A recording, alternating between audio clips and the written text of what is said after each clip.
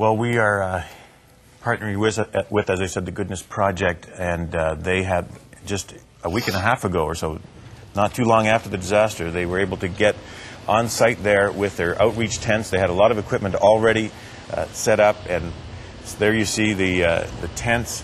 It was set up in an abandoned, what used to be a grocery store. And actually inside, we're looking inside what was the grocery store, and it became a makeshift warehouse for all these supplies coming in, 10 to 15 truckloads a day that are able to bring food and supplies, long lineups throughout the day of people just in need that really have nothing. And we talked with Bill Fletcher. All right, I'm with Reverend Bill Fletcher, the founder of the Goodness Project, no stranger to 100 Huntley Street viewers, as we have been partnering with the Goodness Project for our free-for-all events across Canada over the last year, and we have a lot of those events still to go. But Bill, for those who aren't familiar with the Goodness Project, tell us a little bit about what that is all about and then how you ended up here.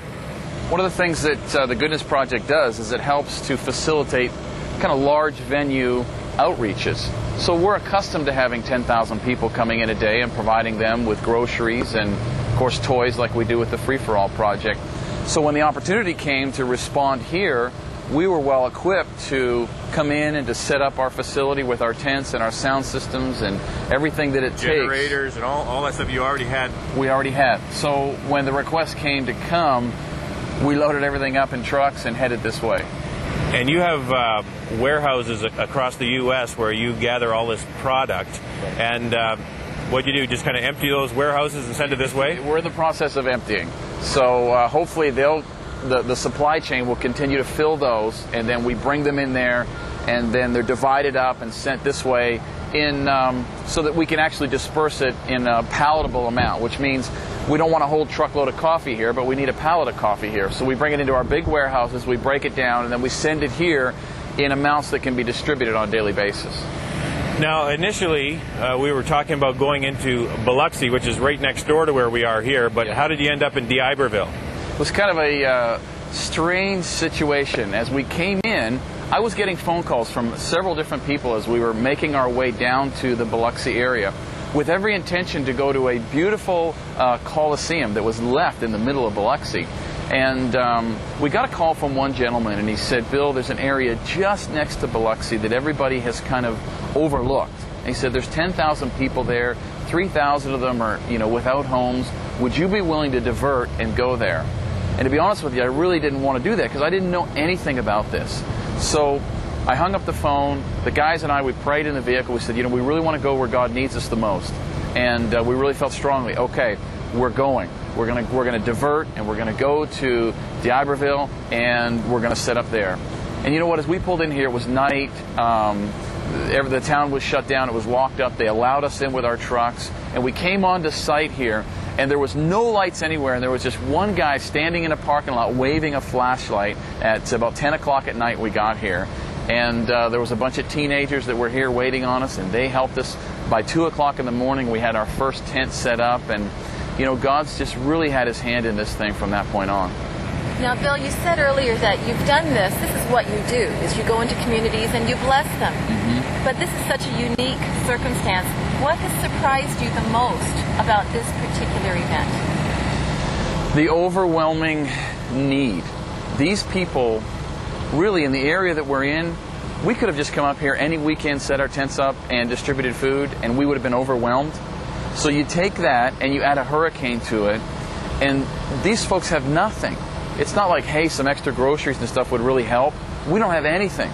So when we start providing meals and groceries, and we had one truck come in with some mattresses on, and it was amazing because people were crying because they didn't get one.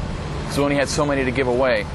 There's people that are coming in here that, they're wealthy people. You can't tell the wealthy people from those who are, really under financial stress. Everybody's on the same playing field here. So there's no judging going on here. Everybody is in need, and you never know who you're helping. Now, there are a lot of different groups that have kind of converged on this because the tent was up, the infrastructure was there, and food was coming in, and volunteers that were showing up that were looking for a place to help. They've ended up here, all different church groups, different denominations. That's been great to see, hasn't it? Just see that unity amongst the It is, people. and they're just kind of finding us. They can see our tents from the highway, and so they're getting off, even before they go to the Biloxi area, stopping here and coming to our command center and our volunteer response center, saying we're here, we can help, and then we immediately plug them into about one of 15 different areas where they can be utilized in. So it's amazing how people are coming in from all over America, and then now shortly, I hope, people coming from Canada. Absolutely. Crossroads is pulling together some work teams. Right. That'll be coming in the very near future, and then we have a place to send them right here.